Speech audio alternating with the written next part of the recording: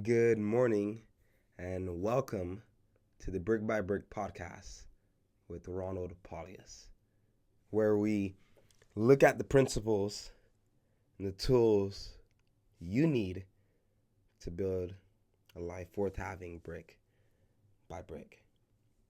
It's the new year, 2025. We are about 3 weeks in, and many of us are starting to get our day right. For a year, we've been used to putting 2024, but now we're kind of getting used to putting 2025. I remember being in high school or just school, and in January for several weeks, I had to stop writing on my papers the year before. I had to get out of that habit. Get out of that habit. And it's about that time where you kind of get used to the new year.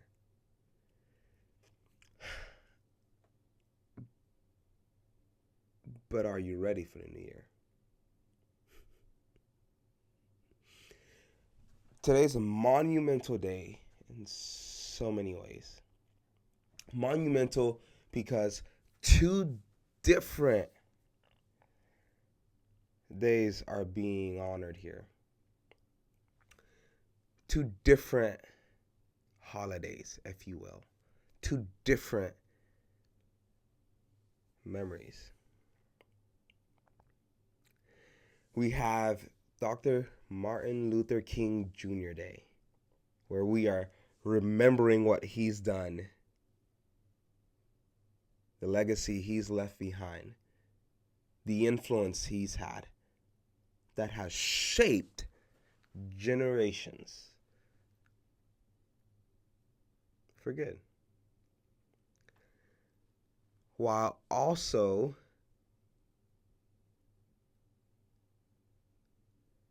realizing that on this day a new president is being installed.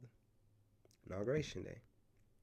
And so we have something where we're remembering the past, and we have something where we are looking forward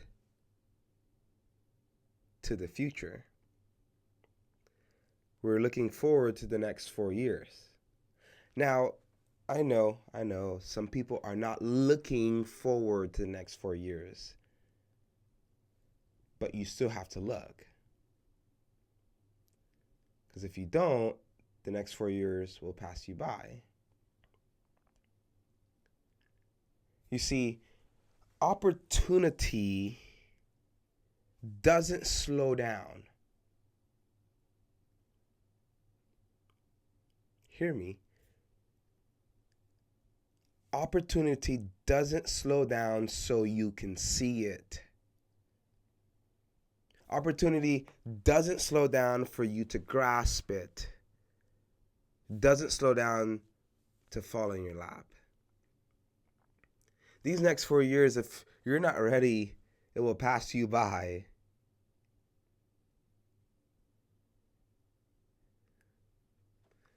The reason I brought up Dr. Martin Luther King Jr. is he's a man who stood up in his day and age. He saw an opportunity not to live for himself, an opportunity to live for others. You see, his worldview was grounded in the understanding that all men are created equal. And he didn't get that from the Constitution. The Constitution didn't get that from the Constitution. The Founding Fathers didn't get that from the Constitution. They got that from the Scriptures, the Holy Bible. In the beginning, God created heaven and earth,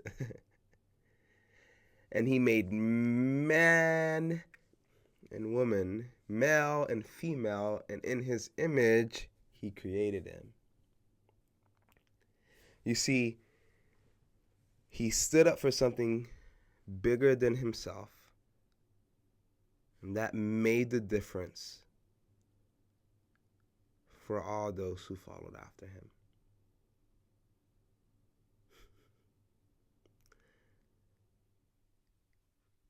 he's had an influence that's reverberated across the world. Yeah.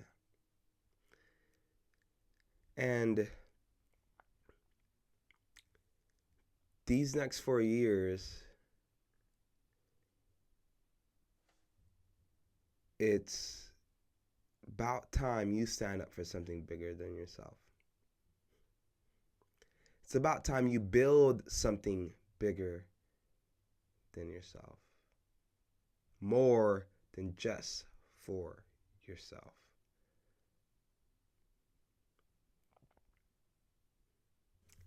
So many people will go into the next 4 years with an excuse. And you know what the excuse will be? And what the excuse is? Oh, it's a government. It's the government. Yeah. I can't do this and I can't do that because it's government. I can't provide for my family. I can't. It's the government. The government. So many people have allowed outside circumstances to dictate their lives. Now, I'm not naive and I'm not foolish, but I'm also not wanting to be a victim. You let that victim card run and you won't have anything else you could play. Now, I understand outside forces can affect and influence my life. It's cold outside, so I will choose to wear a jacket. I understand that, but I don't want to live my life at the peril of everything that's happening around me. Let me show you this example. During the 2008 crash,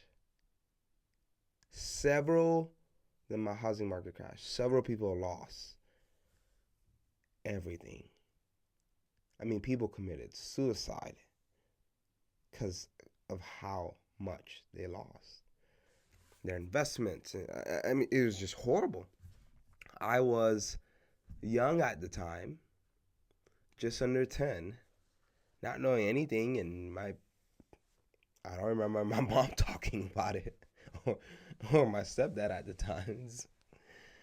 And looking back, wow, yeah, that was a difficult, that was an arduous time. And so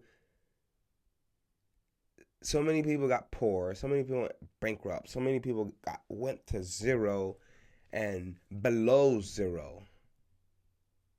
But if you flip that coin, so many people built wealth. So many people acquired properties, purchased houses. I have one friend who told me during that time he purchased 2 houses. No, take that back. 2 duplexes. People were selling. He's buying. 2 duplexes. Now, those duplexes are worth upwards of $500,000. Easy, each.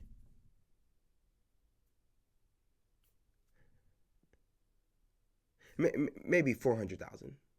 Well, it's close to the beach, so it's up there.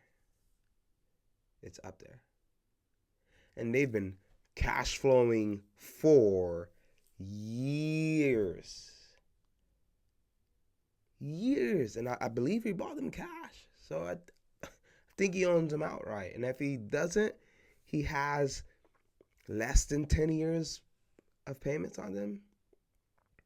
Unless he refinanced during 2020 with those 2% interest rates. Almost one. There are so many situations where there is challenge and turmoil and difficulty, and the majority of people are going under, going down, hurting. Ah, I'm losing everything. I'm losing everything. Those circumstances affect them to in such a way where they run away. You need to be that person on the opposite side who says, wow, things are going down and under and below and in the wrong direction. This is my time to shine. This is my time to learn the skill I need to learn to purchase a house. Okay, everyone's selling. People have mortgages underwater where the house is worth less than what they owe on it. I need to learn how to do a short sale. I need to know how to do subject to, take over the mortgage, get a renter in there, and just hold water until that property flips backwards, and now I have a house worth more than what I owe on it. I need to figure out something. And if you're not careful, this year will be laced and woven throughout it will be difficulty and turmoil and challenges and shaky waters. And if you're not careful, these next 4 years, this next year will be the same as it was before.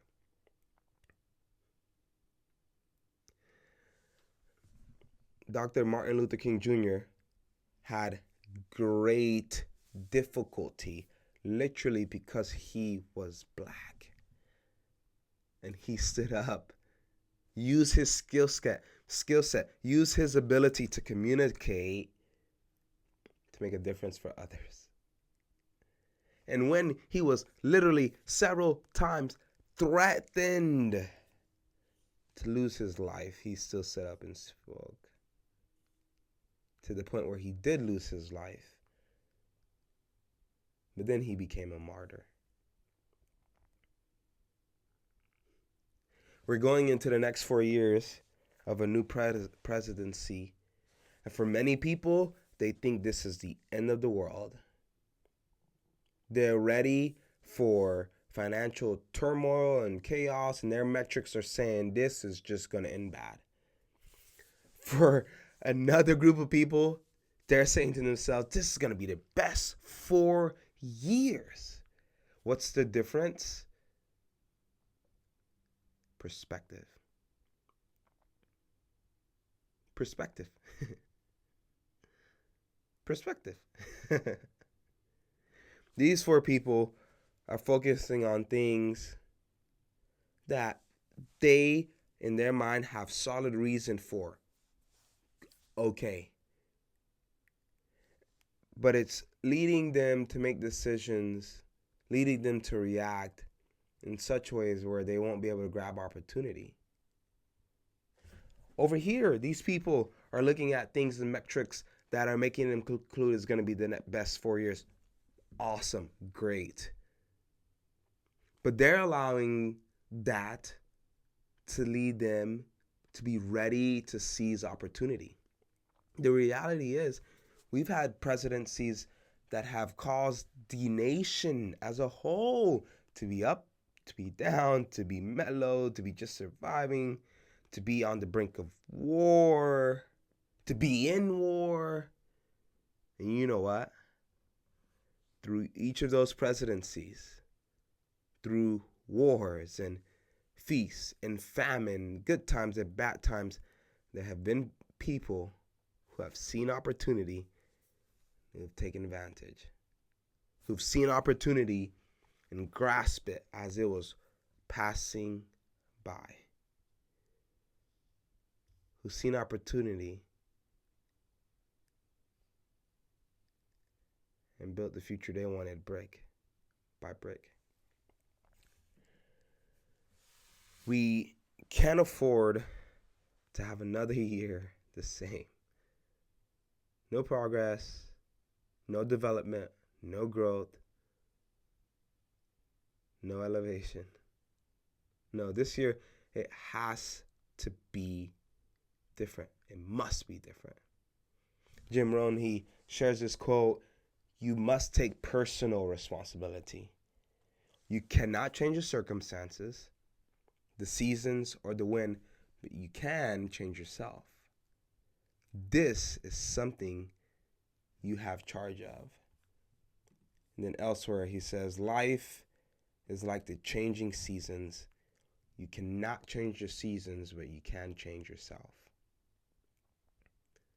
Some winters are difficult and hard.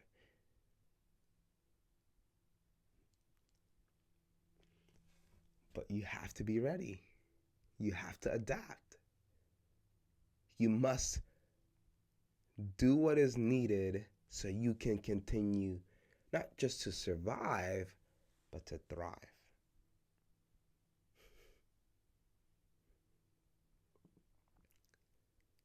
Spring comes right after. Summer, then fall, harvest. And you know what? Some people, even in seasons of plentiful and seasons of harvest and seasons of growth and flourishing that's happening around them, they still don't see opportunity they can grasp.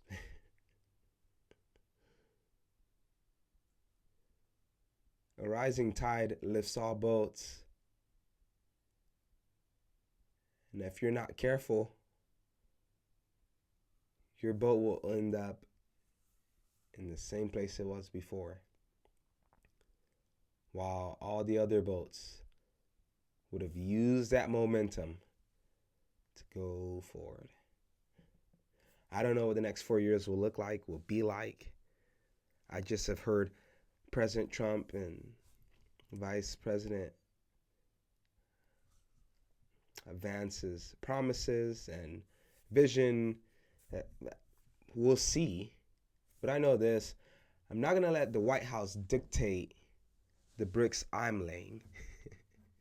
I already have a vision. I already have a goal. I already have determination. I'm not going to let those circumstances determine. Now, they will affect, no doubt. It's cold out. It's winter in Oklahoma. I'm going to be careful. Might be some snow and sleet here and there. Like, I'm not just going to be crazy. I'll be careful. I'm aware of those circumstances, but I'm not going to let them determine what I do and don't do. I'm not going to allow them to be stop signs, indefinite stop signs. I'm going to grow and adapt and go.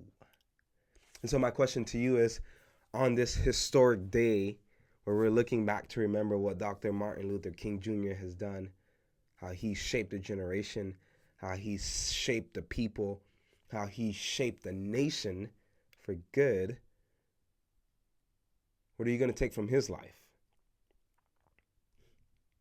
I implore his Christian beliefs, the Jesus he believed in.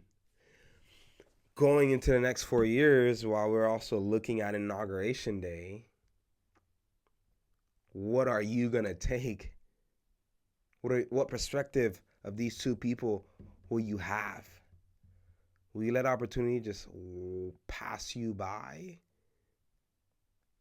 Or will you be ready enough, equipped enough to grab it and to make sure another 4 years don't pass by without some brick being laid? Take those steps this week, today. Lay the bricks.